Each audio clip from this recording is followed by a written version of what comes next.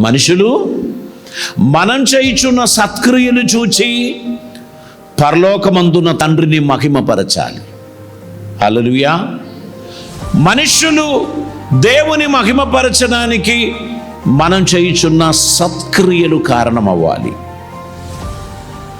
మన వెలుగును మనం ప్రకాశింపచేయాలి. మనలో దేవుడు అనుగ్రహించిన కృపను మనం ప్రకాశింపచేయాలి. దేవుడు మన జీవితంలో చేసిన మేలులను ఇతరులు చూస్తున్నప్పుడు ఖచ్చితంగా దేవుని మహిమపరుస్తారు. మన సత్క్రియలను చూచి వారు దేవుని మహిమపరచినట్లు మీ వెలుగును ప్రకాశింపనీయండి. మన జీవితం ఒకరికి అన్యాయం చేసింది, ఒకరికి మోసం చేసింది, ఒకరికి ఇబ్బంది పెట్టింది, ఒకరిని కలవరపరిచింది అనేటువంటిది ఉండకూడదు.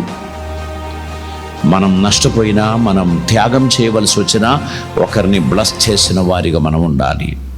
ఒకరికి దీవెన కలిగించిన వారిగా ఉండాలి. మన స్వార్థం కోసం ఒకరిని బలి చేసిన వారిగా మనం ఉండకూడదు. కానీ మనం కష్టపడాల్సి వచ్చినా, శ్రమనొందాల్సి వచ్చినా ఒకరు దాని వలన ఆశీర్వదింపబడినటువంటి ఒక జీవితం కలిగి మనం ఉండాలి. వారు మన సత్క్రియలను చూచి పరలోకమందున్న మన తండ్రిని మహిమపరచినట్లు వారి ఎడల మన వెలుగును ప్రకాశింపచేయాలి అని ప్రభు కోరుచున్నారు. దేవునికి స్తోత్రం.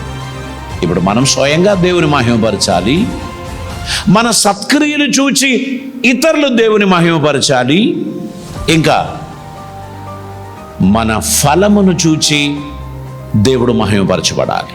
మనని ఒకరు నమ్మి ఒక రెస్పాన్సిబిలిటీ అప్పచెప్పారు. ఆ రెస్పాన్సిబిలిటీ నమ్మకంగా మనం చేపట్టినప్పుడు ఆ కారణం బట్టి దేవునికి మహిమ కలుగుతుంది. మనం ఫలించుట ద్వారా దేవునికి మహిమ కలగాలి. మనం ఈ జీవితం ద్వారా ఇతరులను ఆశీర్వదించు వారిగా ఉండాలి. మనము ఇతరులకు ఒక కాంప్లిమెంట్గా ఉండాలి. ఈ జీవితం ఒక్కసారి మాత్రమే గుర్తుపెట్టుకోండి. ఏడుచుచున్న వారితో ఏడవడానికి, సంతోషించు వారితో సంతోషించడానికి దేవుడిచ్చాడు. కష్టంలో ఉన్న వారిని ఆదరించడానికి దేవుడిచ్చాడు. ఈ జీవితం ఇబ్బందులు ఉన్న వారిని లేవనెత్తడానికి దేవుడిచ్చాడు.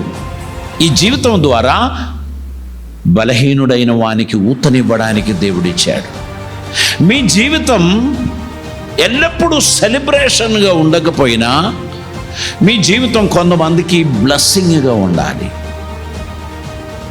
నా ఇబ్బందులో కూడా కొందరు సంతోషించినట్లు. కొవ్వొత్తి కరిగిపోతుంది, కానీ దాని ప్రకాశం చీకట్లో ఉన్న వారికి వెలుగుని ఇచ్చుచున్నది.